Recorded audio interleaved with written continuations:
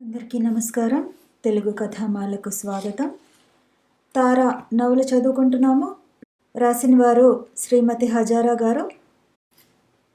మానవులలో మానవత్వం రావాలన్నా, తోటి మనిషిని పీడించడం మానేసి ప్రేమించాలన్నా, అభ్యుదయం కోసం ప్రయత్నించాలన్నా, పార్టీ సిద్ధాంతాలలో దేనిని అమలు జరపాలన్నా ముందు జనంలో భావచైతన్యం రావాలి, ఆలోచన శక్తి రావాలి, వివేకం పెరగాలి. అందుకు విద్య కావాలి.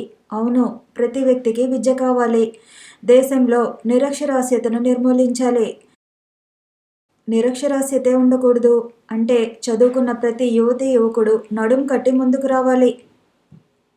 వయోజన విద్య ప్రారంభమైంది. ప్రతిరోజు రాత్రిపూట 12 గంటల వరకు విద్య నేర్పుతూ ఉండేవాడు. అతనికి తోడుగా ఎంతోమంది మిత్రులు ఉండేవారు.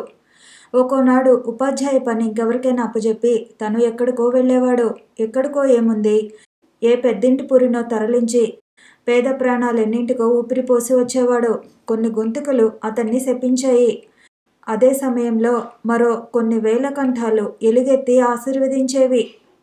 ఇలాంటి కార్యక్రమాలన్నీ చాలా ప్లానుగా చేసేవాడు. ముందర రోజు ఆ ఇంటికి ఒక చీటీ పంపించేవాడు, లేదా తెల్లవారేసరికి గోడలకు అంటించి ఉండేది. దానిలో ఇవాళ ఇంతమందికి ధాన్యం పంచిపెట్టు, ఆకలితో అల్లల్లాడే ఆ ప్రాణుల్ని పురుగులు ఎలుకలు పాడు చేస్తున్న నీ ధాన్యాన్ని ఇచ్చి కాపాడు అని ఉండేది. ఆ రోజు అతను తన ఇంటి ముందరకొచ్చిన ఆ అన్నార్తులకు ఆహారం పంచాడా సరే, లేకుంటే ఆ రాత్రి అతని పురిలోనివి ఎంత కావాలో అంత ధాన్యం తీసుకున్న ధాన్యం ఎంతో ఒక చీటి మీద వ్రాసి ఆ చీటిని గోడకంటించి ఎర్రటి జెండాను దిద్ది వెళ్ళిపోయేవారు. ఎవరైనా ఇది పాపం అని అంటే వెంకట్ వాదించేవాడు. ఇందులో పాపమేముంది? అసలు పాపం అంటే ఏమిటి? సహాయం చేసే శక్తి ఉన్నా చేయకుండా చేతులు ముడుచుకుని కూర్చోవటం పాపం. 10 మందికి పెట్టే శక్తి ఉన్నా పెట్టకుండా తానొక్కడే దాచుకోవటం నేరం. వాడు చస్తూ అవన్నీ పట్టుకెళ్తాడా? లేదు. అలాంటప్పుడు వాడికి కావలసింది ఉంచుకుని మిగిలింది లేనివాడికి పంచాలి. అలా వాడికి పంచడం చేతకాలేదనుకోండి, చేతనైన వాళ్ళు పంచుతారు. మంచిగా చెప్పి చూసాం, వాడు వినలేదు. బలవంతంగా చేసి చూపించుతాం. చేదుగా ఉన్నంత మాత్రాన మందులు మింగకుండా ఉంటున్నారా? ఇది అంతే. ఇందులో తప్పేముంది? పాపమేముంది? వాడికేమీ మిగల్చకుండా మొత్తం తీసుకోలేదుగా అనేవాడు. అతనితో వాదించటం హిమాలయాలు ఎక్కాలనుకోవటం ఒకటే. వజ్రం లాంటి పదును గల వెంకటరత్నం చాలా కొద్ది కాలంలోనే గుడ్లవల్లేరులోని అందరకు తెలిసిపోయాడు. కొందరకు అతడంటే హడల్, మరికొందరకు అతడంటే ప్రాణంతో సమానం, దైవం కంటే మిన్న. తార కూడా ఇరుగు పొరుగులతో మంచి పరిచయాలను ఏర్పరచుకున్నది. ఇప్పుడు తార మరల గర్భవతి. అప్పుడప్పుడు వెంకట్ అనేవాడు, తార, ఈ సమయంలో మనసు అతి ప్రశాంతంగా ఉంటే మంచిది. ఇక్కడ నా కార్యక్రమాలకు సమయాలు ఉండవు. ఇలాంటి పరిస్థితుల్లో నీ ఆరోగ్యం పాడవుతుందేమో తారా. మీ ఇంటికి కానీ మా ఇంటికి కానీ నీ ఇష్టం వచ్చిన చోటుకు వెళ్ళు. బాబుని తీసుకుని వద్దువు గాని. ఓహో, ఏ ఇంటికి వెళ్ళను, మన ఇంట్లోనే ఉంటాను. నాకు మీ సన్నిధి కన్నా వేరే ఏ చోటు ఆనందాన్ని ఇవ్వలేదు. నన్నెక్కడకు పంపవద్దు అనేది తార. గుంటూరు జిల్లా చిలువూరులో అఖిల భారత మహిళా సభలు జరుగుతున్నాయి. వాటికి వెళ్ళి తీరాలన్నాడు వెంకటరత్నం. అతని ఆజ్ఞకు తిరిగేమున్నది? పైగా తారతో పాటుగా ధనలక్ష్మి ఇంకా కొందరు కూడా బయలుదేరుతున్నారు. ఎవరి ఆంక్షలు లేకుండా, కోపతాపాలు లేకుండా, బ్రతిమాలుకోవటాలు లేకుండా, ఇన్నెందుకు, ఏ ఆటంకాలు లేకుండా తార ఎంతో సంతోషంగా బయటకు బయలుదేరిన మొట్టమొదటి మహాసభ. గ్రామాన్ని ఎంతో అందంగా అలంకరించారు. ఎక్కడెక్కడి నుండో ప్రభలు కట్టుకుని వచ్చారు. ఎటు చూసినా ఎర్ర జెండాలే. సమస్త ప్రాణకోటికి ఊపిరిపోసే సూర్యోదయపు అరుణబింబం లాంటి ఎర్రటి ఎరుపు. మనుషులంతా ఒక్కటే అని నిరూపించుతూ మానవులందరిలోనూ ప్రవహిస్తున్న రక్త ప్రవాహం లాంటి ఎరుపు. చుట్టూ తడికలు కట్టి హద్దులు ఏర్పరిచారు. ఆ తడికల నిండా ఎర్రని జెండా కాగితాలు అంటించారు. చుట్టూ పెద్ద పెద్ద వాసాలకు, చిన్న చిన్న కర్రలకు కట్టి ఎగురవేసిన ఎర్రని జెండాలు.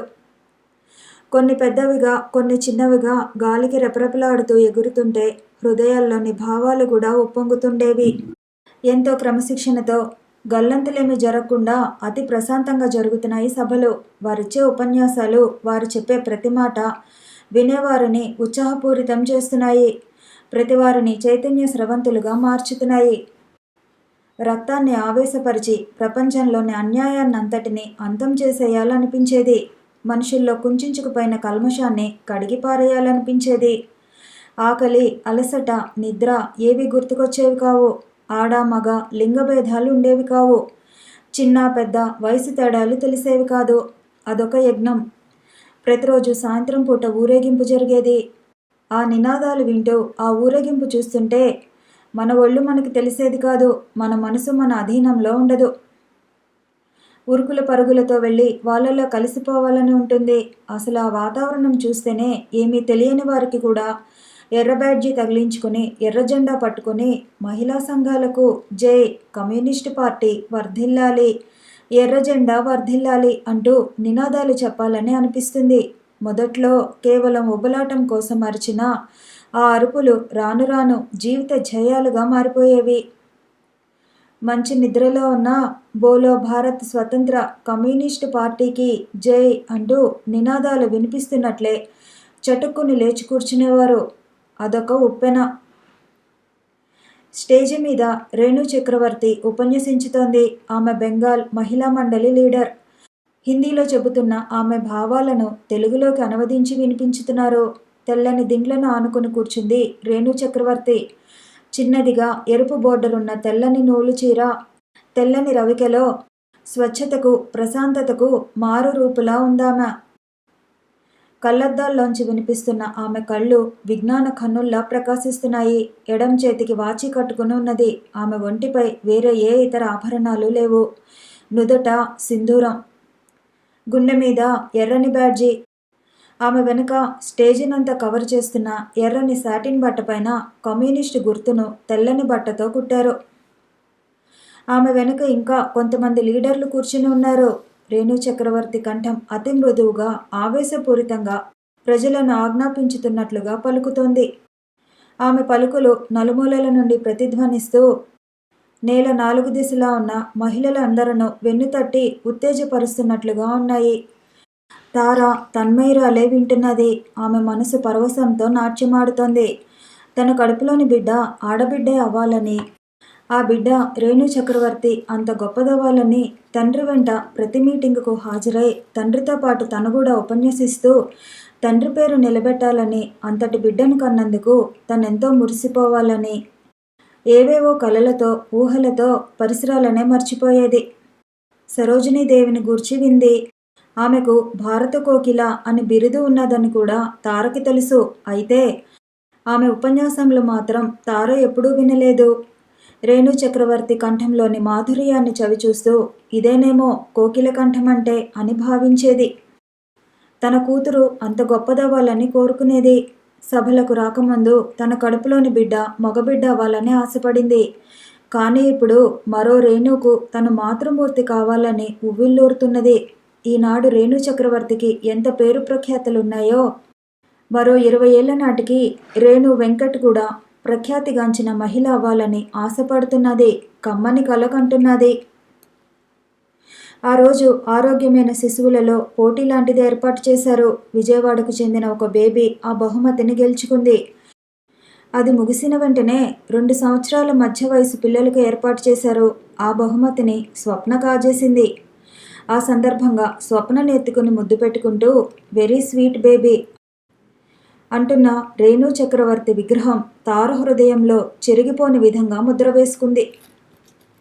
మర్చిపోదామన్నా మరపుకు రాని సుందర దృశ్యం అది. తార జీవితంలో అదొక సజీవ స్మృతి.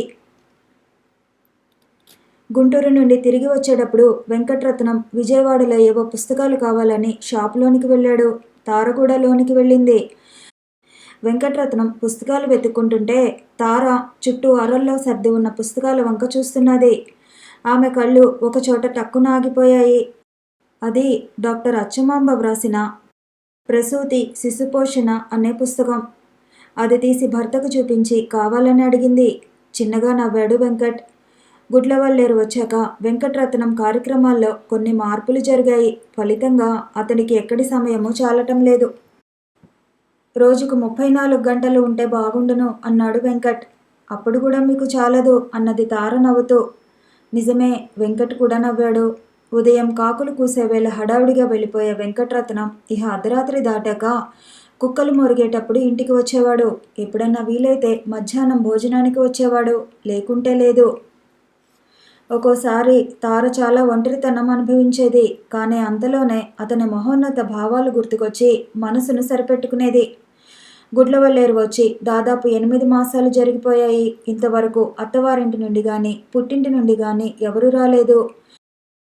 వెంకటేశ్వరరావు ద్వారా కబుర్లు తెలుసుకోవటమే గాని తార కూడా నూజెళ్లకు వెళ్ళలేదు.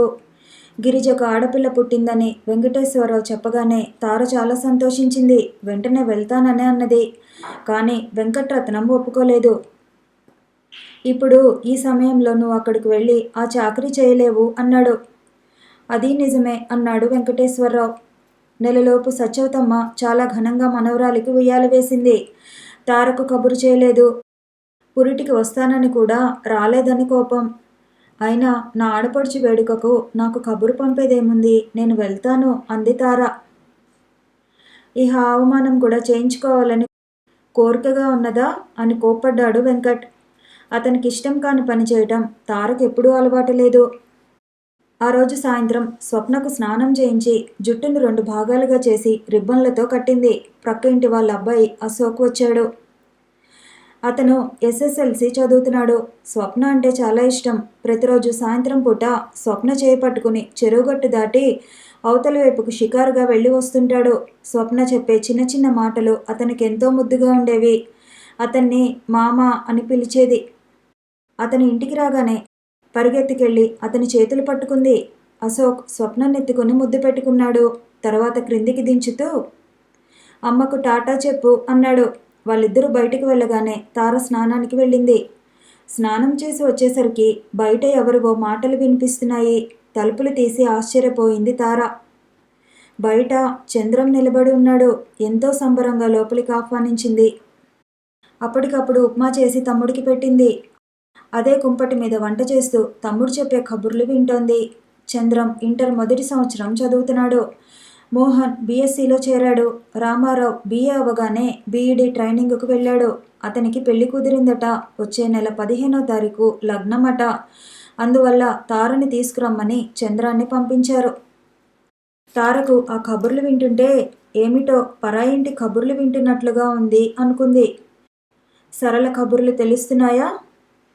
లెటర్స్ వ్రాస్తూనే ఉంటుంది. బాగానే ఉన్నారట. బావగారి పని పర్వాలేదనుకుంటాను. అవును, స్వప్న ఏది? అప్పుడే గబుక్కున గుర్తుకొచ్చిన వాడిలా అడిగాడు. నవ్వింది తార. ఇప్పుడే బయటకు షికారుకు వెళ్ళింది, వచ్చేస్తుందిలే. దీపాలు వెలిగించింది. అమ్మ ఆరోగ్యం బాగుందా? పర్వాలేదు. నాన్నగారు బాగున్నారా? రామమ్మకు కుదిర్చిన అమ్మాయిని నువ్వు చూసావా? బాగుందా? ఏ ఊరు? పెళ్ళి ఎక్కడ? అనే ప్రశ్నలు వేసి జవాబులు వింటోంది. అక్క, బావగారు ఎప్పుడొస్తారు? ఈ ప్రశ్నకు జవాబు బావగారికే తెలీదురా. వంట పూర్తి చేసింది. అక్క పని అయిపోవటం గమనించిన చంద్రం అన్నాడు. అక్క, ఆ సంచిలో అమ్మ ఏవేవో పెట్టి ఇచ్చింది, తీసి సర్దుకో. ఇంత పెద్ద క్యాన్ నిండా ఏం పెట్టి ఇచ్చిందిరా? చంద్రం చిన్నగా శబ్దం చేస్తూ నవ్వాడు. అమ్మ నిజంగా పిచ్చిదక్క. ఎవరు దూరంగా ఉంటే వాళ్ళ మీద అమ్మకు ప్రేమ. వాళ్ళ మీద అమ్మకు ప్రేమ ఎక్కువగా ఉంటుందక్క. సరళక్క చాలా దూరం వెళ్ళిపోయిందా? అన్నయ్యేమో రాజమండ్రిలో ఉన్నాడా? నువ్వు ఇక్కడ. ఇహ ఇంట్లో ఉండేది నేను మోహన్ ఇద్దరమే కదా. అమ్మ ఝాస మా ఇద్దరి మీద ఉండనే ఉండదు. ఎంతసేపు మిమ్మల్ని గురించే ఆమె ఆలోచనంతాను. పకపక నవ్వింది తార. అందుకని ఇన్ని రకాలు చేసి పంపిందా? అన్నీ అమ్మ చేయలేదులే. మొన్న జయక్క వచ్చింది, ఆమె తెచ్చింది. కొన్ని అమ్మ చేసింది. పైగా నీకు ఇంకో విషయం చెప్పలేదు. రేపు సాయంత్రం మోహన్ కూడా వస్తున్నాడు. అందుకని అన్నీ ఇక్కడికే ఇచ్చేసింది. వింటున్న తారకు చాలా ఆనందం కలిగింది. ఇన్నాళ్లకు తన అనుకునే వాళ్ళు తమ ఇల్లు వెతుక్కుంటూ వచ్చినందుకు. మూత తెరవగానే నువ్వు పూర్ణాలు ఉన్నాయి. మీ బావగారికి ఇష్టమని చేసిచ్చిందా అమ్మ? నవ్వాడు చంద్రం. అడుగునా నీకు ఇష్టమైనవి కూడా ఉన్నాయిలే, తీసి చూడు. ఒకటి తీసి తమ్ముడికిచ్చి తనొకటి కొరుకుతూ అన్నది. ఉండనీయరా, ఇవన్నీ పెట్టుకునేందుకు మా ఇంట్లో డబ్బాలేమీ లేవు. తెప్పించాక సర్దుతానులే. ఆ సంచిలో నీకిష్టమైన జామకాయలు ఉన్నాయక్క. చంద్రం అలా చెబుతుంటే తారకు కళ్ళల్లోకి నీళ్లు చిప్పిల్లాయి. రక్త సంబంధానికున్న విలువ నిజంగా మరి దేనికి ఉండదు అనిపించింది. స్వప్న చేయి పట్టుకుని అశోక్ లోపలికి వచ్చాడు. రా అశోక్ రా, చిన్న స్టూలును ముందుకు జరుపుతూ పిలిచింది. చంద్రం వంక కుతూహలంగా చూస్తూ వచ్చి కూర్చున్నాడు అశోక్. పెద్ద పెద్ద కళ్ళతో ఆశ్చర్యంగా తన వంకే చూస్తున్న స్వప్న వైపు 2 చేతులు చాస్తూ స్వప్న పిలిచాడు చంద్రం. సిగ్గుగా తల్లి దగ్గరకు వచ్చింది స్వప్న. స్వప్న, అతను మా అమ్మ తల్లి, వెళ్ళు చెప్పింది. అశోక్, ఇతను మా చిన్న తమ్ముడు చంద్రం. గుడివాడ కాలేజీలో ఇంటర్ మొదటి సంవత్సరం చదువుతున్నాడు. రేపు సాయంత్రం ఇంకో తమ్ముడు వస్తున్నాడు. వాడి పేరు మోహన్, సంతోషంగా చెప్పింది. ఒక ప్లేటు తెచ్చి దాని నిండా తల్లి పంపిన పలహారాలు పెట్టి అతను ముందర పెట్టింది. వద్దక్క, ఇవి తింటే అన్నం తినలేను. అన్నం తినకపోతే అమ్మ తిడుతుంది, నవ్వింది తార. ఈ ఒక్కరోజు నా కోసం తిట్లు తిను, పర్వాలేదులే. అశోక్తో పాటు చంద్రం కూడా నవ్వాడు. ఒరే చంద్రం, ఇతను అశోక్. మీకు నేను దూరంగా ఉన్నాను అనే దిగులు లేకుండా నాకు తమ్ముడిలాగే ఉంటున్నాడు. SSLC చదువుతున్నాడు. ఇహ స్వప్నకైతే మామయ్యేగాక మంచి ఫ్రెండ్ కూడాను. నాకు రేపటి నుండి సెలవులు. ఈ సెలవులకు బోరు కొట్టకుండా మీరు రావటం చాలా సంతోషం అన్నాడు అశోక్ చంద్రంతో. ఆశ్చర్యపోయాడు చంద్రం. మీ అంత బాగా మాట్లాడటం నాకు రాదు, నవ్వాడు అశోక్. ఇదంతా నాకు అక్క నేర్పించిన విద్య. మరి కొంచెం సేపు కబుర్లు చెప్పుకున్నాక స్వప్నతో ముద్దు పెట్టించుకుని చంద్రానికి గుడ్ నైట్ చెప్పి వెళ్ళిపోయాడు అశోక్. స్వప్నకు చంద్రానికి భోజనాలు పెట్టింది తార. తర్వాత ఆరుబయట మంచం వేయబోతున్న అక్కను వారించాడు చంద్రం. అరే నువ్వుండు, నేనొస్తాను. ఆ మంచం నువ్వెత్తడమేమిటి, నేనున్నాను కదా. మంచం తెచ్చి బయట వేశాడు. మరి కాసేపటికి స్వప్న చంద్రం దగ్గర చనువైపోయింది. వెంకట్ ఇంటికి వచ్చాడు. రాగానే క్రీనీడలో కూర్చుని ఉన్న చంద్రాన్ని చూసి గుర్తుపట్టలేకపోయాడు. తార లేచి నిలబడింది. చంద్రం కూడా లేచాడు. స్వప్నను వెంకట్రత్నం చేతుల మీదకి ఎత్తి పట్టుకుని భోజనం చేశావమ్మా అని అడుగుతున్నాడు. ఇతనెవరో గుర్తుపట్టగలరేమో చూడండి అంది తార. నవ్వుతున్న చంద్రాన్ని చూసి ఎంత ఆలోచించినా అతనెవరో గుర్తుకు రాలేదు వెంకట్కు. అతన్ని పెళ్లిలో చూడటమే, తర్వాత మళ్ళీ చూడనే లేదు. చిన్న తమ్ముడు చంద్రం, తానే చెప్పింది. అరే చంద్రమా, ఎంత పెద్దవాడయ్యాడో. ఎప్పుడొచ్చావోయి? అమ్మా నాన్న బాగున్నారా? ఎంతో ఆప్యాయంగా కుడి చేయి చాచి అతని నడుం చుట్టూ వేసి అడిగాడు వెంకట్. బావుగారు అలా దగ్గరికి తీసుకునేసరికి చంద్రం కాస్త సిగ్గుపడ్డాడు. కూర్చో, మంచం మీద కూర్చుంటూ చెప్పాడు. లేచి స్నానం చేసి రండి, భోజనం చేస్తూ కబుర్లు చెప్పుకోవచ్చు. అవునవును అంటూ నవ్వి స్వప్నను మంచం మీదకు దించి లోపలికి వెళ్ళిపోయాడు. భోజనం చేయగానే వెంకట్రత్నం కోసం మనుషులొచ్చారు. వాళ్లతో ఇవాల్టికి తను రానని చెబుతూ వాళ్ళు చేయవలసిన పనులేమిటో వివరించి పంపించేశాడు వెంకట్. మనసారా నవ్వుతూ అంది తార. ఇన్ని సంవత్సరాల్లోనూ ఇంట్లో వాళ్ళ కోసం మీ పనులు మానటం ఇదే మొదటిసారి. అది కూడా చంద్రాన్ని గూర్చి మీరింట్లో ఉండటం ఎంతో ఆశ్చర్యం. నీ మొహం. వెంకట్ చంద్రాన్ని తరచి తరచి ఎన్నో విషయాలు అడిగి మరీ చెప్పించుకున్నాడు. మోహన్ని కూడా ఇవాళ తీసుకురావాల్సింది. రేపు కూడా ఎగ్జామ్ ఉంది బావా. తార ప్లేట్లో నువ్వు పూర్ణాలు పెట్టి తెచ్చింది. ఇప్పుడా? పర్వాలేదు తినండి. ఏదో ఇవాళ చంద్రం పుణ్యమా అంటూ ఇంతసేపు మాతో ఉన్నారు. మళ్ళీ మీకు తినడానికి తీరికే ఉండదు. మీకు ఇష్టమైనవి మీకు పెట్టకుండా తినడానికి మాకు మనసు రాదు. ఈ ఆరోపణ మరీ బాగుంది. తను తింటూ చంద్రానికి అందించాడు. చాలా బాగున్నాయి. రేపు ధర్మారావు గారి షాపు నుండి 2-3 ఖాళీ డబ్బాలుంటే తెచ్చిపెట్టండి. చూడు, ఇలాంటివి నాతో చెబితే నేను తప్పకుండా మర్చిపోతాను. అశోక్తో చెప్పి తెప్పించుకో, లేకపోతే రేపు మధ్యాహ్నం వెంకటేశ్వరరావు వస్తాడు, వాడితో తెప్పించుకో అన్నాడు.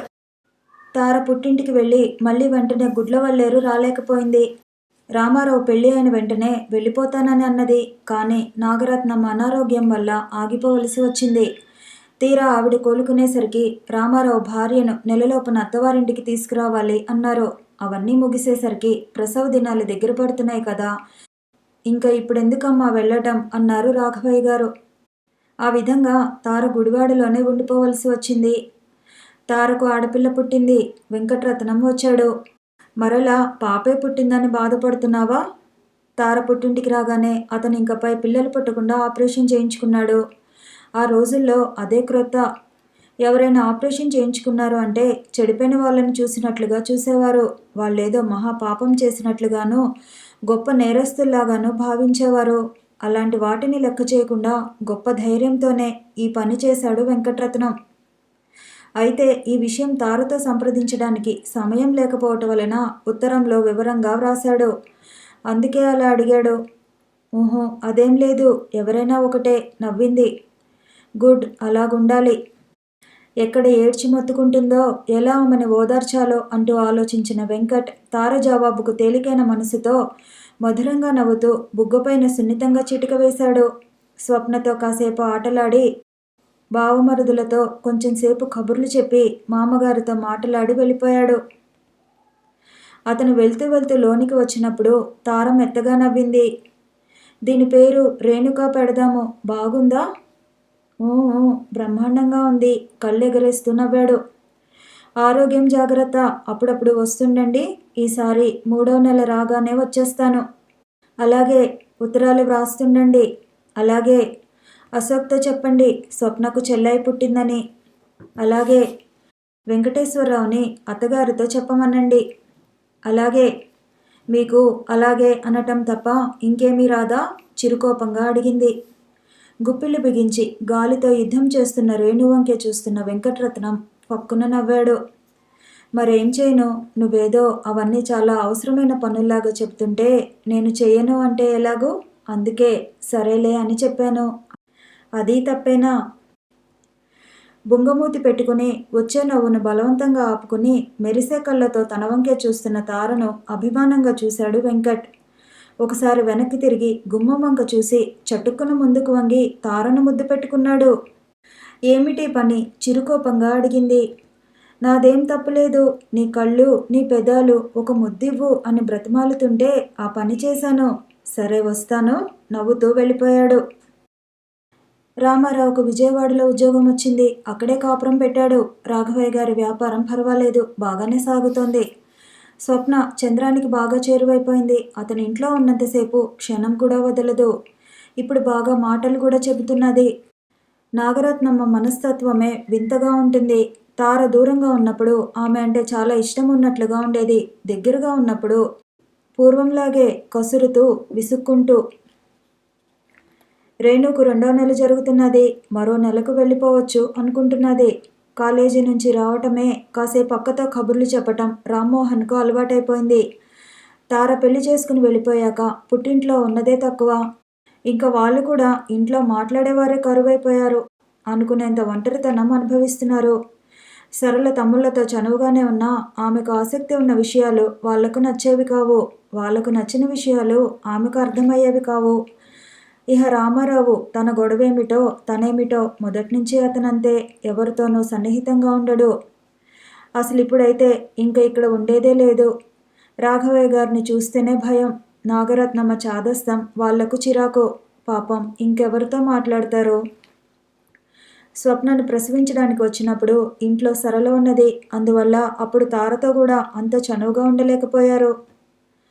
ఇప్పుడు వాళ్ళ కోసమే ఎదురు చూస్తూ ఉంటుంది తార. వాళ్ళు కూడా కాసేపు తార కనబడకపోతే అక్కేది అక్కేది అంటూ చిన్నపిల్లల్లాగా ఇల్లంతా వెతికేవారు. సాయంత్రం వంట తార చేసేది. వంట చేసి తమ్ముళ్ళ కోసం ఏదైనా టిఫిన్ చేసి ఎదురు చూసేది. వాళ్ళు వచ్చి బట్టలు మార్చుకునేసరికి టిఫిను, కాఫీ సిద్ధం చేసేది. ముగ్గురు కలిసి కూర్చుని కబుర్లు చెప్పుకునేవారు. ఒక్కోసారి చంద్రం స్వప్నను తీసుకుని బయటకు వెళ్తే ఇద్దరే కూర్చునేవారు. అప్పుడప్పుడు కళ్యాణి వస్తుండేది. నాగరత్నమ్మ చెల్లెలు కూడా గుడివాడలో ఉంటుంది. ఆమె భర్తకు బట్టల కొట్టు. కొంచెం పచ్చగానే ఉన్న కుటుంబం అది. అయితే 8 మంది మగపిల్లలు, ఆఖరున ఒక ఆడపిల్ల. మొత్తం 9 మంది సంతానం. మొదట్నుంచి అదుపు ఆజ్ఞలు లేకుండా పెరగటం. మగపిల్లలకు చదువులు రాలేదు సరికదా, మంచి అలవాట్లు కూడా అలవడలేదు. స్వేచ్ఛగా స్వతంత్రంగా ఖర్చు పెట్టడం అలవాటయ్యి డబ్బు అవసరం పెరిగిపోయింది. ఆ మేరకు తండ్రులు ఇవ్వకపోయేసరికి ఇంట్లో అమ్మ దాచిన డబ్బులు మాయమైపోతున్నాయి. అవి కూడా అయిపోయేసరికి షాపుకెళ్ళటము, చేతికందిన దుప్పటినో తీసుకెళ్ళిపోయి అమ్ముకోవటం. ఆ సమయానికి షాపులో తండ్రి గనుక లేకపోతే క్యాషియర్తో దెబ్బలాడి మరీ డబ్బును తీసుకెళ్ళిపోవటము. ఇలా ఆ ఇంటికి రాబడి బాగానే ఉన్నా అంతకు మించి ఖర్చులు ఉంటుండేవి. ఎవరికీ భయపడని ఆ పిల్లలు తారని చూస్తే ఎంతో నమ్రతగా మారిపోయేవారు. రాఘవయ్య గారు వస్తున్నారు అనుకుంటే ఆ చుట్టుపక్కల కూడా ఉండేవారు కాదు. అంత హడల్. మళ్ళీ ఆయన వాళ్ళనెప్పుడు ఏమీ అనేవారు కూడాను. ఏమీ అనలేదు కూడాను. ఎందుకో వాళ్ళకంత భయం. తారతో చనువుగాను ఉంటారు, నమ్రతగాను ఉంటారు. వీళ్ళందరితోటి తారకు రోజులు స్పీడ్గా జరిగిపోతున్నా ఎప్పుడు వెంకటరత్నం దగ్గరికి వెళ్ళిపోదామా అని ఎదురు చూస్తున్నది. 1948 జనవరి 30 గాంధీజీని చంపేశారు. అంతా అల్లకల్లోలంగా ఉంది. గల్లంతులు, ఆందోళనలు, ఆవేశాలు. అబ్బా, ఎక్కడ ఏ అఘాయిత్యం జరుగుతుందో, ఏ దారుణ వార్త వినవలసి వస్తుందో అని ఊపిరి బిగబట్టుకుని కూర్చోవలసి వచ్చేది. ఒకే ఒక్క తుపాకీ గుండు శబ్దానికి పక్షులన్నీ చెల్లాచెదరైపోయినట్లుగా గాంధీజీ మరణం దేశంలో ఎన్నో మలుపులను సృష్టించింది. ప్రకాశం మంత్రివర్గం ఏర్పాటైంది. ఊహించడానికి కూడా వీలు కాని మార్పు. కమ్యూనిస్టు పార్టీని నిషేధించారు. కోతికి కొబ్బరి చిప్ప దొరికినట్లుగా పాపం పని లేకుండా పోయిన పోలీసులకు మళ్ళీ కావలసినంత సందడి. ఎర్రజెండా పట్టుకున్న ప్రతివాడిని పట్టుకుని జైల్లో పెట్టేస్తున్నారు. ఎర్రచీర కట్టుకుంటేనే అనుమానంగా చూడటం ప్రారంభించారు. ఎక్కడ విన్నా అరెస్టు వార్తలే. ఏ పేపరు చూసినా ఆందోళన, అసహాయత. తారకు భయం భయంగా ఉంటున్నది. ఎప్పుడు ఏ వార్త వస్తుందో అన్నట్లు క్షణం క్షణం గండంగానే గడుస్తున్నది. తెల్లవారుతున్నది అంటే ఏం జరుగుతుందో అనే దిగులు. చీకటి పడుతున్నది అంటే భయంకరమైన కలలు, కలవరింతలు. ఎవరైనా కాస్త బిగ్గరగా మాట్లాడినా గుండెకు దడగానే ఉండేది. తమ్ముళ్ళు గాని, తండ్రి గాని బయట నుండి కాస్త హడావుడిగా పిలిస్తే చాలు తారకు గుండెల్లో రైళ్లు పరిగెత్తేవి. మనిషంతా అర్థం కాని భయంతో వణికిపోయేది. తమ్ముళ్ళు, తండ్రి ఏ ఇద్దరైనా నెమ్మదిగా మాట్లాడుకుంటుంటే తారకు మనసంతా గుబులుగుబులుగా ఉండేది. దిగులుగా చూసేది. సరిగ్గా అన్నం తినేది కాదు. ఎంతో శ్రద్ధగా పిల్లల పనులు చూసే తార వాళ్ళని ఇప్పుడు సరిగ్గా చూడటమే మానేసింది. ఎప్పుడు దిగులుగా, పరధ్యానంగా ఉంటోంది. పిచ్చిదానిలా మారిపోతోంది. రాఘవయ్య గారు తారతో ధైర్యాన్నిస్తూ ఏవేవో కబుర్లు చెప్పేవారు. చంద్రము, మోహను కలిసి అక్కను హుషారుపరచడానికన్నట్లు దిగులు మరిపించేందుకు ఏవేవో తమాషాలు చెబుతుండేవారు. నాగరత్నమ్మ విసుక్కునేది. కట్టుకున్న దానికి సుఖం లేకుండా, కన్నవాళ్ళకి లేకుండా ఎందుకొచ్చిన పార్టీలు అని కబుర్లు తెలియక గాభరాతో, భయంతో రోజూ ఉత్తరం రాసి పడేసేది. ఎన్ని ఉత్తరాలు వ్రాసినా ఒక్కదానికి జవాబు రాకపోయేసరికి మరీ కంగారుగా, దిగులుగా ఉండేది. అలాంటి పరిస్థితుల్లో ఒకరోజు మిట్ట మధ్యాహ్నం మంచి ఎండలో వచ్చాడు వెంకటేశ్వరరావు. అతన్ని చూడగానే కొండంత సంతోషమైంది. ఆనందంగా పరిగెత్తుకుంటూ రాబోయిన తార మళ్ళీ అంతలోనే అనుమానంగా చూస్తూ ఆగిపోయింది. ఇతను ఎందుకొచ్చాడు? ఏదైనా వార్త మోసుకొచ్చి ఉంటాడా? సందిగ్ధంగా చూస్తూ నిలబడిన తారను చూసి పరిస్థితి అర్థం చేసుకున్నాడు వెంకటేశ్వరరావు. వెంకట్రత్నం నీకిమ్మన్నాడక్క అంటూ మడతలు పెట్టి ఉన్న కాగితాన్ని అందించాడు. ఆయన ఎలా ఉన్నారయ్యా? బాగానే ఉన్నాడు. నిన్నేమీ కంగారు పడవద్దని మరీ మరీ చెప్పమన్నాడు. ఎక్కడ ఉన్నారు? అక్కడే గుడ్లవల్లేరులోనే ఉన్నాడక్క. అక్కడే ఉన్నారా? అయితే ఇప్పుడు నేను వచ్చేస్తాను. నన్ను గుడ్లవల్లేరు తీసుకెళ్ళు. ఇప్పుడా? ఏం? ఏం లేదు గాని వెంకట్రత్నం నిన్ను తీసుకురమ్మని చెప్పలేదే. ఆయన అంతేలే వెంకటేశ్వరరావు. ఆయనకేదీ పట్టదు. ఎన్నాళ్ళు ఇలా నేను ఇక్కడ ఉండని చెప్పు. పైగా స్వప్నకు బెంగగా కూడా ఉన్నది. మొత్తం మీద ఎలాగైతేనేమి అతన్ని ఒప్పించగలిగింది. ఆ సాయంత్రం చంద్రం, మోహన్ కాలేజీ నుంచి వచ్చాక విషయం తెలుసుకుని ఎంతో దిగులు పడ్డారు. స్వప్నాన్ని ఇక్కడ ఉంచేసాయక్క అన్నాడు చంద్రం. రాగాలు తీస్తూ ఆటలాడుకుంటున్న రేణుక దగ్గరకు వెళ్ళాడు చంద్రం. కాలి వ్రేళ్లు పట్టుకొని నోట్లో పెట్టుకోవాలని ప్రయత్నిస్తోంది. దగ్గరకు వెళ్ళి రేణు అని పిలిస్తే చాలు నోరంతా తెరిచి నవ్వుతుంది. అది అలా నవ్వుతుంటే రెండు బుగ్గలపైన పడే సొట్టలు ఎంతో ముద్దుగా ఉంటాయి. మేలిమి రంగులో మెరిసిపోతూ ఉంటుంది రేణుక. దాని సొట్టపైన తల పెడితే పకపక నవ్వుతుంది. చంద్రం తల ఎత్తేసరికి రెండు చేతులతోనూ జుట్టు పట్టుకుని పైకి ఎగిరేది. ఆ తలపై ఉన్న పిల్లను చూస్తే ఎక్కడ పడిపోతుందో అన్నంత భయంగా ఉండేది చూసేవాళ్లకు. గుండె గుబగుబలాడేది. కానీ మామ కోడళ్లకు అదొక ముఖ్యమైన వినోదం. మరి కాసేపటికి రాఘవయ్య గారు కూడా వచ్చారు. వరండాలో సర్దిపెట్టి ఉన్న సామాన్లు చూడంగానే ఆయన అర్థం చేసుకున్నారు. కాస్త ఈ గొడవలు సర్దుకున్నాక వెళ్ళేదానివి కదమ్మా అన్నారు. అదే మేము చెబుతుంటే వినడం లేదండి అనేశాడు వెంకటేశ్వరరావు. మళ్ళీ మొదటికి వచ్చేలా ఉందనుకున్న తార ఆ సంభాషణను అక్కడ తుంచేసి తండ్రిని ఎలాగో ఒప్పించగలిగింది. తార గుడ్లవల్లేరు వచ్చేసింది. తారని చూసి వెంకట్ ఆశ్చర్యపోయాడు. వెంకటని చూసి తార నిర్ఘాంతపోయింది. బాగా గడ్డం పెంచేశాడు. బాగా చిక్కి నల్లబడిపోయాడు. గుర్తుపట్టలేనట్లుగా మారిపోయాడు. లాంతరు వెలుతురులో తార కళ్ళల్లో మెరుస్తున్న నీటి బిందువులు చూసి వెంకట్ హాయిగా నవ్వేశాడు. నిద్రపోతున్న రేణుకను మృదువుగా ముద్దు పెట్టుకున్నాడు. గడ్డం గుచ్చుకుందో ఏమో, కళ్ళు ముఖము చిట్లించి కదిలి మళ్ళీ సరిగ్గా పడుకుంది. నిద్ర కళ్ళతో బెరుకు బెరుగ్గా తన వంకే చూస్తున్న స్వప్నను గుండెలకు హత్తుకున్నాడు. వచ్చేసరికి ఆలస్యం అవుతుందని గుడివాడలోనే వంట చేసి క్యారియర్లో సర్ది తీసుకొచ్చింది తార. పడకలు ఏర్పాటు చేసి రేణుకను పడుకోబెట్టింది. స్వప్నకు బట్టలు మార్చి 4 ముద్దల అన్నం తినిపించి పడుకోబెట్టింది. భార్యాభర్తలు తీరిగ్గా భోజనాల దగ్గర కూర్చున్నారు. ఎన్నో కబుర్లు చెప్పింది తార. ఆ తర్వాత తన భయాలు కూడా చెబుతూ అడిగింది, అవునండి, ఒక్క ఉత్తరానికి కూడా సమాధానం రాయలేదేమిటి? ఈ సమయంలో ఉత్తరాలు వ్రాసుకుంటుంటే మన ఆచూకీ మనమే తెలుపుకున్నట్లు అవుతుంది తారా. నీవు రాసే ఉత్తరాలు ధనలక్ష్మి గారు తీసుకుని అసలు ఇక్కడ వెంకటరత్నం అనేవాడే లేడు అని చెప్పి వాళ్ళ ముందరే చింపేసేవారు. అంటే ఆశ్చర్యంగా అడిగింది. అంటేనా? నవ్వాడు.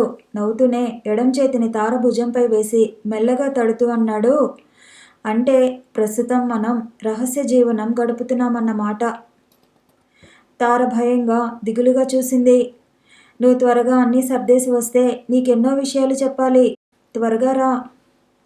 ఆ రాత్రి వెంకట్ చెబుతున్న విషయాలు వింటుంటే తారకు ఒళ్ళంతా భయంతో కంపించిపోతున్నది. పేరు తెలియని భయంకరమైన జంతువేదో తన పెద్ద నోరు తెరుచుకొని మింగటానికి రెడీగా ఉన్నట్లుంది. లోతు తెలియని అఘాతంలోకి ఎవరో బలవంతంగా తోసేస్తున్నట్లుగా ఉంది. నరంలోంచి జరజరా ప్రాకి వచ్చిన భయం గుండెల్లో గూడు కట్టుకొని ఉండిపోయింది. గబుక్కున అతని ఒడిలోకి ఒదిగిపోయి అతన్ని హత్తుకుపోయింది. నాకు చాలా భయంగా ఉందండి. ఆమె చుట్టూ చేయి వేసి ధైర్యం చెబుతున్నట్లుగా మెల్లగా తట్టాడు. అతని కౌగిలి ఇస్తున్న ధైర్యానికి, గుండెల్లోంచి బయటికి వస్తున్న భయానికి తీవ్రంగా పోరాటం జరుగుతున్నది. వెంకట్ చెబుతున్నాడు, ఎవరైనా వచ్చినప్పుడు మర్యాదగా మాట్లాడుతూనే వాళ్ళు ఎందుకు వచ్చింది, వాళ్ళు ఎవరైంది గమనిస్తుండాలి. ప్రతి మాట తూచితూచి మాట్లాడాలి. మనం వేసే ప్రతి అడుగు ఎంతో జాగ్రత్తగా వేయాలి. మనం 2 కళ్ళతో చూస్తే చాలదు తారా. చుట్టూ ఏం జరుగుతున్నదో, ఎక్కడ ఎవరు పొంచి ఉన్నారో ఒళ్ళంతా కళ్ళు చేసుకుని మరీ చూడాలి. వెంకటరత్నం అంటే ఎవరో నాకు తెలీదు, అతనికి నాకు ఎలాంటి సంబంధము లేదు అని ఖచ్చితంగా చెప్పేయాలి. చా అదేమిటండి, నవ్వాడు వెంకటరత్నం. ఇందులో తప్పు లేదు తారా. తప్పదు మరి. నీకు ఇష్టం లేకపోయినా మన పిల్లల క్షేమం కోసమైనా అలాగ చెప్పక తప్పదు. లేకపోతే వాళ్ళను కూడా హింసిస్తారు. ఆ చెప్పటంలో ఎలాంటి తడబాటు తత్తరపాటు ఉండకూడదు. వాళ్లకు అనుమానమే కలగకూడదు. వీటన్నింటికీ ముఖ్యం ధైర్యం. ముందర ధైర్యంగా ఉండటానికి అలవాటు పడాలి. ఆ తర్వాత తెగింపు. చివ్వున తలెత్తి అతని కళ్ళల్లోకి చూసింది. ఆ కళ్ళ మీద మృదువుగా ముద్దు పెట్టుకున్నాడు వెంకట్. అవును తారా, తెగింపు కావాలి. పుట్టిన ప్రతివాడు ఏదో ఒకనాడు చచ్చిపోక తప్పదు.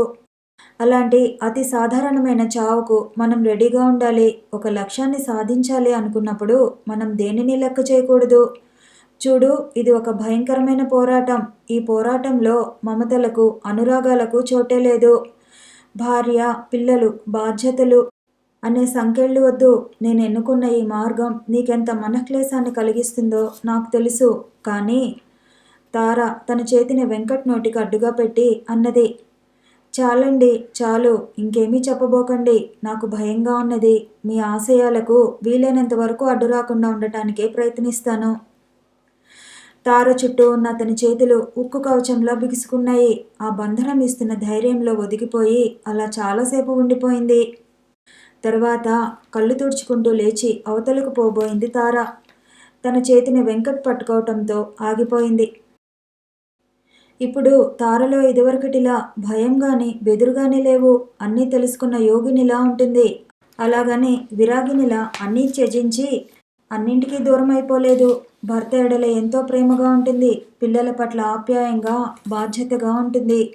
తేడా అల్లా తార మాటల్లోనూ, నడకలోనూ, చూపులోనూ, అన్నింటిలోనూ ఒక తరహా పెద్దరికం వచ్చింది. ఏ విషయంలోనైనా, ఏ సమయంలో అయినా సరే ఆవేశపడకుండా నిదానంగా ఆలోచించి మరీ మాట్లాడే తారను చూసి వెంకట్ సహితం ఆశ్చర్యపోయేవాడు. పరిపక్వత సాధించిన మనిషిలా నిండుగా ఉంటుంది. ఆమె మాటల్లో ఒక విధమైన స్థిరత్వం కనిపించేది. ఇదివరకిట్లాగా వెంకట్ ఎక్కువగా బయట తిరగటం లేదిప్పుడు. రోజులో ఎక్కువ భాగం ఇంట్లోనే ఉంటున్నాడు. ఏదో వ్రాసుకుంటూ, చదువుకుంటూ గడిపేవాడు. పిల్లలు ఉంటే వాళ్లతో ఆటలాడేవాడు. తార ఖాళీగా ఉంటే కాసేపు కబుర్లు చెబుతాడు. అతనికి పిల్లలతో ఆటలాడటం అత్యంత ప్రీతికరమైన విషయం. ఇద్దరూ తన పిల్లలే అయినా స్వప్న అంటే ఎందుకో అధికంగా ఇష్టపడేవాడు. దగ్గరగా 3 ఏళ్లు పూర్తిగా వస్తున్నా కూడా ఇంకా స్వప్నను గుండెలపై కూర్చుండబెట్టుకుని పార్టీ కబుర్లు ఏవేవో చెబుతుంటాడు. తండ్రి చెప్పే విషయాలన్నీ తనకేవో అర్థమవుతున్నట్లే శ్రద్ధగా ఆలకించేది స్వప్న. ఇదివరకు వెంకట్ సిగరెట్లు ఎక్కువగా కాల్చేవాడు కాదు. ఎప్పుడైనా 1, 6 కాల్చేవాడు. అలాంటిది ఇప్పుడు ఎక్కువగా ఇంట్లోనే ఉండటం వల్లనో ఏమో రోజుకు 4, 5 సిగరెట్లు కాలుస్తున్నాడు. అతను సిగరెట్టు అంటించాక ఆ నుసి ఎక్కడ పడితే అక్కడ వేయకుండా ఒక కాగితం ముక్కలో వేసి తర్వాత దానిని పొట్లం కట్టేవాడు. అట్లా కట్టిన పొట్లాలు ఆడుకుంటున్న రేణుక ముందర వేసేది తార. అది చూసి తారతో అన్నాడు వెంకట్, అవి ఎక్కడ పారబోయకు, అదిగో చూడు, ఆ గూట్లో ఒక డబ్బా ఉంది, దానిలో వేస్తుండు. ఎందుకు? ఆశ్చర్యంగా ప్రశ్నించింది తార. ఒక్క క్షణం నుదురు చిట్లించి అంతలోనే నవ్వుతూ అన్నాడు, ఏం లేదు, ఎన్ని సిగరెట్లు తగిలేస్తున్నానో లెక్క పెడదామని. భలే పనే, నవ్వుతూ అవతలకు వెళ్ళిపోయింది. వెంకట్కు గడ్డం బాగా పెరిగింది. అసలు గుర్తుపట్టలేనంతగా మారిపోయాడు. అప్పుడప్పుడు పోలీసులు రావటం, ఎంక్వైరీ చేయటం అలవాటైపోయాయి. అయితే ఇదివరకటిలాగా కాకుండా పోలీసులు రావటంలోనూ, ప్రశ్నలు అడగటంలోనూ కొంచెం తేడా కనిపిస్తోంది. మొదట వెంకటకు కూడా అర్థం కాక ఆశ్చర్యపోయాడు. తారతో అన్నాడు, మనల్ని గురించి పోలీసులకు ఎవరో చెబుతున్నట్లున్నారు. నిఘా ఎక్కువైంది. ఎవరు చెబుతారు? మనమంటే అందరూ ఇష్టంగానే ఉన్నట్లుంటారే. ఆహా, అలాగందరినీ నమ్మకూడదు. ఎందుకైనా మంచిది, మన జాగ్రత్తలో మనం ఉండాలి. ఆ విషయం అంతటితో మాత్రం ఆగిపోలేదు. ఎవరు చెబుతున్నారా అని ఎవరి మనసులో వారు ఆలోచించుకుండగానే ఒకరోజు మధ్యాహ్నం పూట అరుసుమిల్లి సత్యం హడావుడిగా వచ్చాడు. తల వంచి దీక్షగా వ్రాసుకుంటున్న వెంకట్కు దగ్గరగా వచ్చి కూర్చున్నాడు సత్యం. అతను ఒక వ్యవసాయ కూలి. అతనికి వెంకటరత్నం అంటే అమితమైన అభిమానం. అతనే కాదు, స్వంత ఊరు కాకపోయినా ఆ ఊరిలో చాలామంది, దాదాపు 190 మందికి వెంకటరత్నం అంటే చాలా ఇష్టం. అటువంటి వెంకటరత్నాన్ని ఆ ఊరిలోనే ఉన్న ఒక బ్యాంకు ఉద్యోగి పట్టివ్వాలని చూస్తున్నాడు. ఆ విషయం తెలిసి వెంకటరత్నాన్ని హెచ్చరించడానికి వచ్చాడు సత్యం. సత్యం చెబుతున్న విషయం విని వెంకట్ నవ్వేశాడు. సత్యం ఊరుకోలేదు. సింహాన్ని పట్టుకోవటం కష్టమే, కానీ అలాగని ఊరుకోరు. దాన్ని ఎలా పట్టాలో ఆలోచించి ప్లాన్గా పట్టేసుకుంటారు. ఎందుకైనా మంచిది, మన జాగ్రత్తలో మనం ఉండాలి. నువ్వు నిర్లక్ష్యంగా తిరగబోకు అన్నాడు. తారకు నిజమే అనిపించింది. వేరే ఇల్లు మారితే? ఆ ఉద్దేశం బాగానే ఉంది అనిపించింది. అందువల్ల సత్యం చాలా ప్రయత్నం చేసి ఊరికి కాస్త దూరంగా ఉన్న పాల వ్యాపారి రాఘవయ్య ఇంట్లో ఉండటానికి ఏర్పాటు చేశాడు. ఆ రాత్రికి రాత్రే సామాన్లు తరలించారు. ఇంటి యజమాని కైలాసంతోనూ ఇరుగు పొరుగుతోనూ ఈ ఊరు వదిలి వెళ్ళిపోతున్నాము అని చెప్పారు. క్రొత్త ఇంటికి, క్రొత్త పరిసరాలకు కాస్త అలవాటు పడుతున్నది తార. ఇప్పుడు వెంకటరత్నం కార్యక్రమాలలో మార్పు వచ్చింది. ఒక్కోసారి 10-15 రోజులు అసలు బయటికే రాకుండా ఇంట్లోనే ఉండిపోయేవాడు. ఏ మధ్యాహ్నం పూటో లేకపోతే ఏ ఉదయమో ఎవరెవరో వచ్చి మాట్లాడి వెళ్ళిపోతుంటారు. ఆ మాటలు పెద్ద రహస్యాలుగా ఏం చెప్పుకోరు, కానీ అవి విన్నా కూడా ఏమీ అర్థమయ్యేవి కాదు. ఏమిటో గందరగోళంగా ఉండేది. ఒక్కోసారి వెంకట్ బయటికెళితే వారమైనా 10 రోజులైనా కూడా వచ్చేవాడు కాదు. ఆ 10 రోజులు తార ఎంతో కంగారుగా ఎదురు చూచేది. పైకి నిబ్బరంగా ఉన్నట్లు కనిపించినా కూడా మనిషి చాలా ఆందోళన పడుతున్నట్లు చూసేవారికి ఇట్టే అనిపిస్తుంది. ఆ సమయాలలో తారకు సుశీల తోడుగా ఉంటుండేది. అంతేకాకుండా బాగా చదువుకునే ఒక పేద విద్యార్థిని ఇంట్లో ఉంచాడు వెంకట్రత్నం. అతని పేరు మాధవరాజు. మంచి చురుకైన కుర్రాడు, చక్కని తెలివితేటలున్నాయి. ఇంకా పైకి చదువుకోవాలని కోరికగా ఉంది. కానీ ఏం లాభం, పాపం స్తోమత లేక వాళ్ళని వీళ్ళని అడుక్కుంటుంటే తీసుకొచ్చి ఇంట్లో పెట్టుకున్నాడు వెంకట్రత్నం. మొదట్లో వారాలు కుదుర్చుకున్నాడు. తర్వాత ఆ పని తారకు నచ్చలేదు. ఆ అబ్బాయి తినే తిండి ఎంత ఉంటుంది, మనకే ఇంకో బిడ్డ ఉంటే పెట్టుకోమా, మన ఇంట్లో ఉంటూ ఎక్కడెక్కడో అన్నం తిని రావటము, వాళ్ళు విసుక్కుంటూ సనుక్కుంటూ ఆ అబ్బాయికి పెట్టే పట్టడన్నం కోసం నానా తిట్లు తినడము. చాచా అసహ్యం, రేపటి నుంచి ఎక్కడికి వెళ్ళవద్దని చెప్పేసేయండి అంది తార. అది జరిగాక రాజు అనుకున్నాడు, దేవుడంటూ వేరే ఎక్కడో లేడు, ఈ దంపతుల్లోనే ఉన్నాడు అని. అతను తారకు స్వంత తమ్ముడిలా ఎంతో సహాయం చేసేవాడు. అతను చేసే పనుల్లో కేవలం డ్యూటీ అన్నట్లు, కృతజ్ఞత అన్నట్లు కాకుండా ఆప్యాయత కనిపించేది. అది తారకెంతో సంతోషాన్నిచ్చేది. వెంకట్రత్నం గడ్డం బాగా పెంచేసి ఎవరూ గుర్తుపట్టలేనంతగా మార్పు వచ్చేశాక ఇంటికి పోలీసులు వచ్చినా, సిఐడీలు వచ్చినా కూడా వెంకట్రత్నం అనేవాళ్ళు ఇక్కడెవరూ లేరండి అని తను కూడా చెప్పేస్తున్నాడు.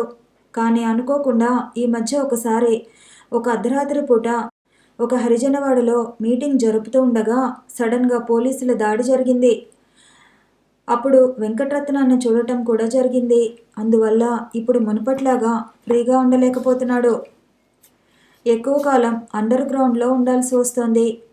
ఒకసారి ఇంట్లో ఉండగా ఒకరోజు భోజనం దగ్గర కూర్చున్నాడు వెంకట్.